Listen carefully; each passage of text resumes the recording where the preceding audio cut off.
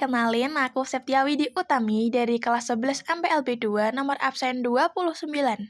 Di sini aku bakal jelasin kenapa sih kita sebagai generasi muda harus paham tentang sejarah nasional bangsa Indonesia. Oke, nggak pakai lama, terus kita bahas satu persatu. Yang pertama, sejarah sebagai ilmu pengetahuan. Siapa nih yang bilang kalau sejarah itu cuma cerita-cerita doang? Tetot, salah ya teman-teman. Sejarah juga dipelajari sebagai ilmu. Ada prosesnya nih, kayak ngumpulin sumber, ngecek kebenaran, menafsirkan, sampai nulis ulang sejarah. Jadi sejarah itu ilmiah dan bisa dipertanggungjawabkan. Yang kedua, kita jadi tahu nih proses terbentuknya negara Indonesia. Jadi gini, Indonesia tuh nggak langsung jadi dalam semalam loh. Prosesnya panjang banget. Mulai dari masa penjajahan yang lama, terus mulai muncul kesadaran nasional di kalangan rakyat. Nah, puncaknya tuh di proklamasi 17 Agustus 1945 nih. Itu tuh jadi bukti resmi kalau Indonesia tuh udah resmi merdeka.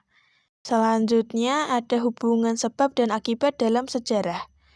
Di sejarah tuh selalu ada yang namanya sebab akibat loh. Dulu kan rakyat menderita pas dijajah.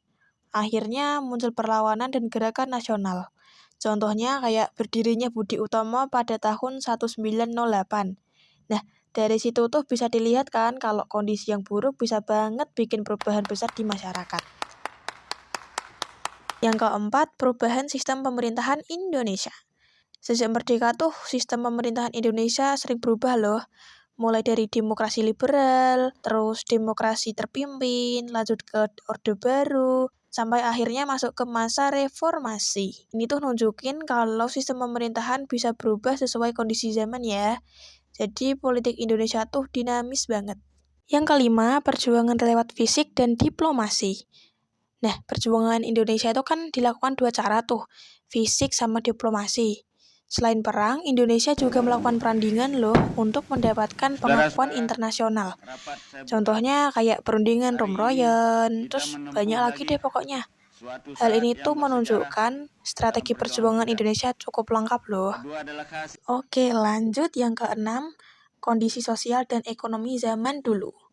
Dulu tuh pas masa penjajahan kondisi rakyat tuh susah banget.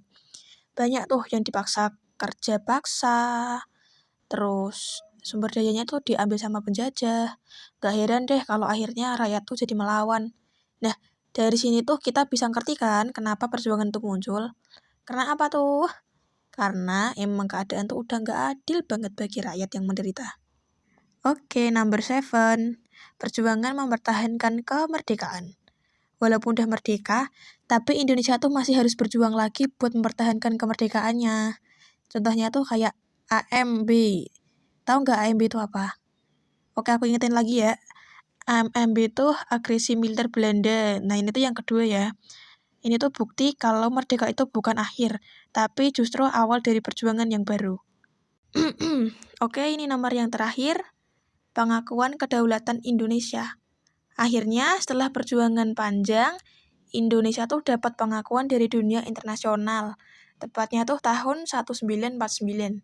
Artinya, Indonesia tuh diakui sebagai negara yang benar-benar merdeka dan berdaulat ya. Nah, dari sini tuh Indonesia bisa mulai menjalin hubungan resmi sama negara lain. Cukup sekian short story yang dapat aku sampaikan.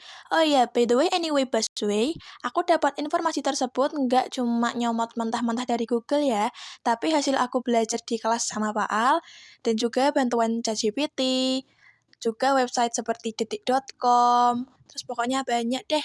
Semoga informasinya dapat bermanfaat ya teman-teman. Goodbye!